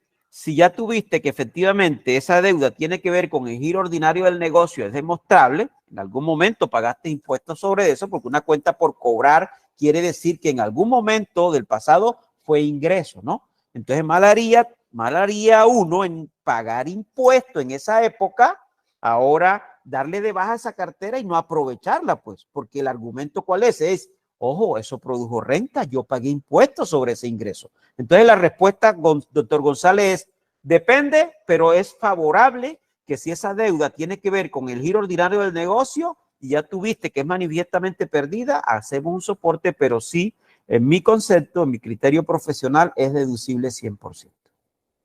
Pedro, haciendo pues, ya llegando a una conclusión, teniendo en cuenta lo anteriormente manifestado por ustedes, es mejor, más allá de un simple acta del máximo órgano, tener levantado una política contable o una política de cartera que permita al profesional contable actuar con mayor seguridad y solidez. El tema de la política contable es obligatorio, ¿no? Dentro del mundo contable, dentro de las organizaciones, la política contable es obligatoria, ¿no? Sí, yo entiendo, Pedro, a lo que nos quiere decir Cristian, es que exista una directriz, que no sea el contador quien de pronto ahí tome la vocería. Sí, exactamente, sino que lo que dice el doctor Cristian es que, hombre, ahí está claro lo que el camino a recorrer y lo puntual que debe hacer. Y ya no va a tener de pronto ese ¿qué hago? ¿Será que busco un soporte? ¿Será que...? Sí, exactamente eso creo que es lo que nos quiere decir el doctor Cristian. Sí, en la misma línea, Lucho, porque, o sea, las normas tienen una interpretación muy exacta y perfeccionista, pero cuando nosotros vamos a un sector de la economía, que son las MIPYMES, ahí es donde comenzamos a encontrar ciertos vacíos en la práctica que comienzan a sujetarse pues a la interpretación del profesional de turno en la empresa. Entonces, muy importante esta conversación porque la mayoría de las compañías en Colombia están en el sector de las MIPYMES, casi el 96% el último Entonces, inferir que todas tienen estas políticas es algo pues bastante complicado y complejo. Sí, complicado, totalmente. Claro, claro. Es importante lo que tú acabas de decir, doctor González, porque cuando uno llega a una empresa de esas pequeñas y no tiene nada, tiene que rehacer eso, tiene que organizarla. Y no la va a hacer el contador, tiene que sentarse con el gerente, con el dueño y ahí explicarle la importancia de la política contable, ¿no? O sea, mire que lo que comentaba Cristian es importante porque es que nosotros somos los agentes de cambio, ¿no? No hay política contable. Ay, entonces, ¿cómo vas a actuar tú como profesional contable cuando te sientes? ¿Cómo vas a hacer tu registro? ¿Cuál es tu directriz? ¿Cuál es tu brújula? Así es. Eso es importante. Entonces, si no hay, yo tengo que socializar esas políticas, tengo que incentivar para que esas políticas se den. Ahora bien, siguiendo con el tema de la cartera, muchas de esas compañías, pequeñas empresas, tienen carteras ahí que no saben qué hacer con ellas. Entonces, el impacto económico para esas carteras es grande y eso va a afectar el resultado, eso va a afectar el patrimonio. Profe, y algo muy puntual y es bueno decirlo en estos momentos es aquellos gerentes o administradores que están ligados a los indicadores financieros para mostrarlos al sector bancario, para mostrarlos al tema de licitaciones y demás. Entonces, por ende, no quieren bajar sus activos, no quieren disminuir esa cartera, porque allí eso les incide en el tema capital de trabajo, en el indicador de liquidez, ¿sí? Prueba ácida y demás.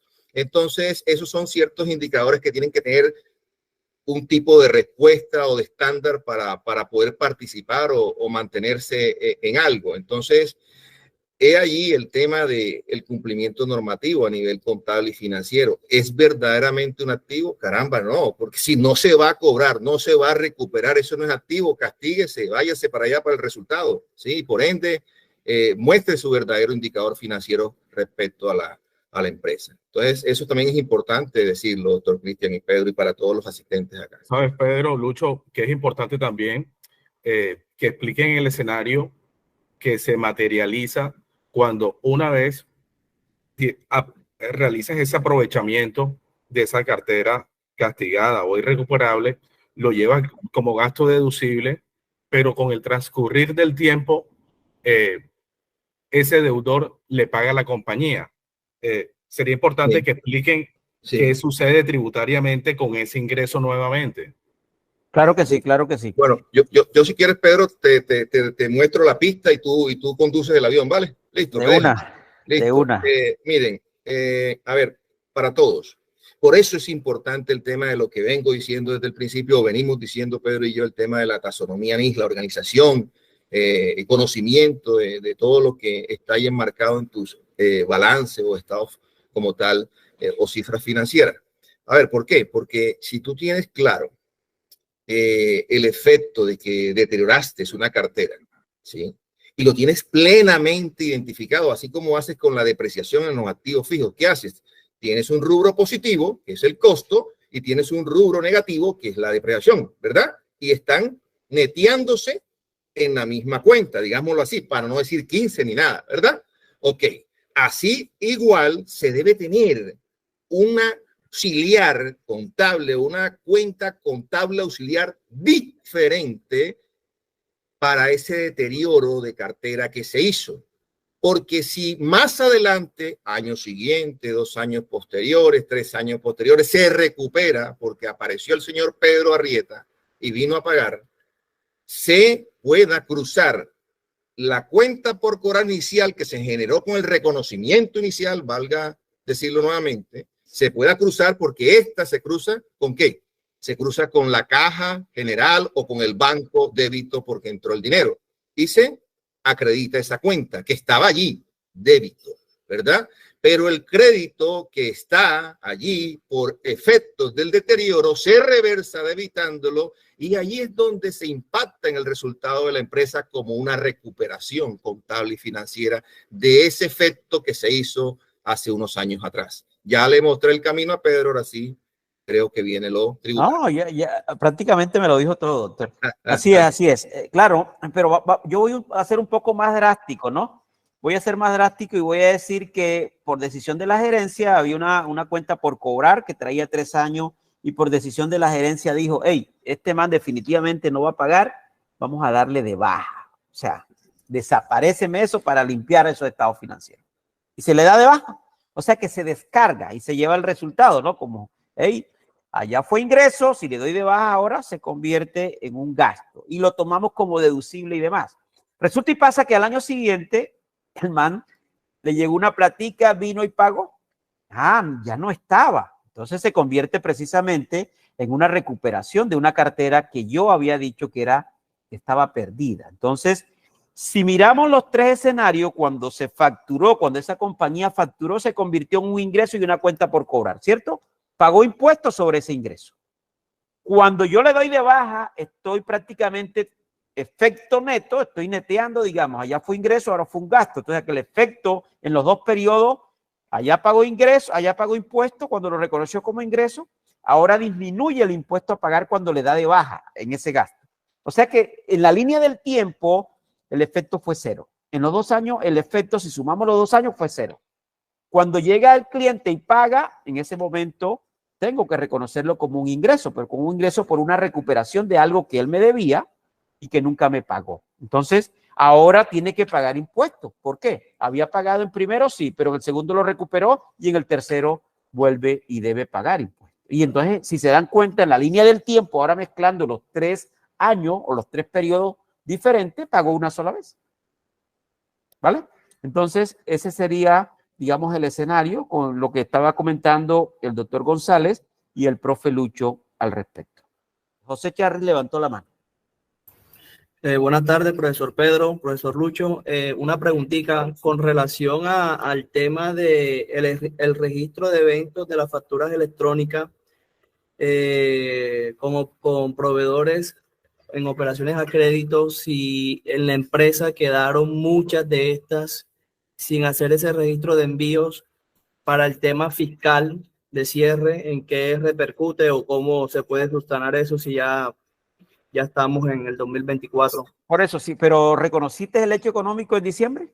Sí, el hecho económico se está, solamente que el tema de registro no se hizo, de envío. Ok, el envío de la factura, yo lo mencionaba y te puedes apoyar con el 771-2. O sea, no enviaste la factura, pero reconociste el hecho económico. Si el ingreso es grabado, reconoces el IVA. No tienes factura, pero vas a pagar sobre sobre esa operación porque la operación es grabada y tienes que realizar la factura ahora en enero.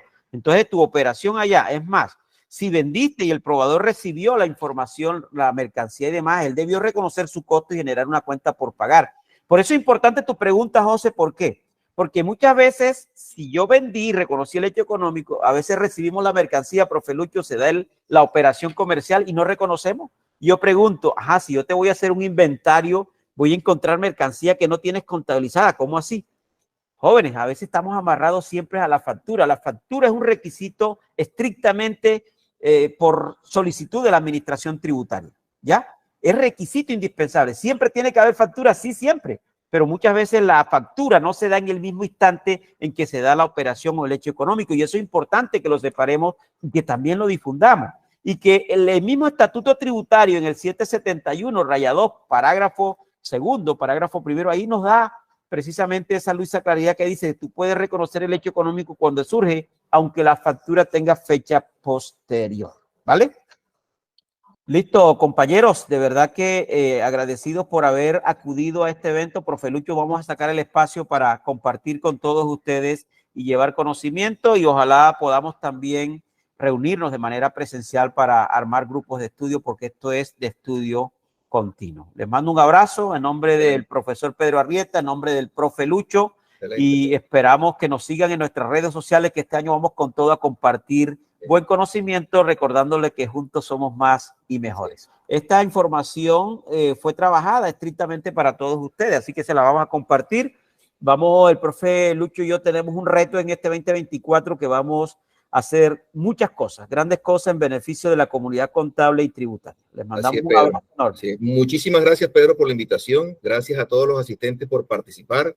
Y doctor Cristian también por sus intervenciones. Que tengan un excelente fin de semana y con mucho gusto estaremos para servirles. Gracias. Gracias, Pedro. Un abrazo a todos.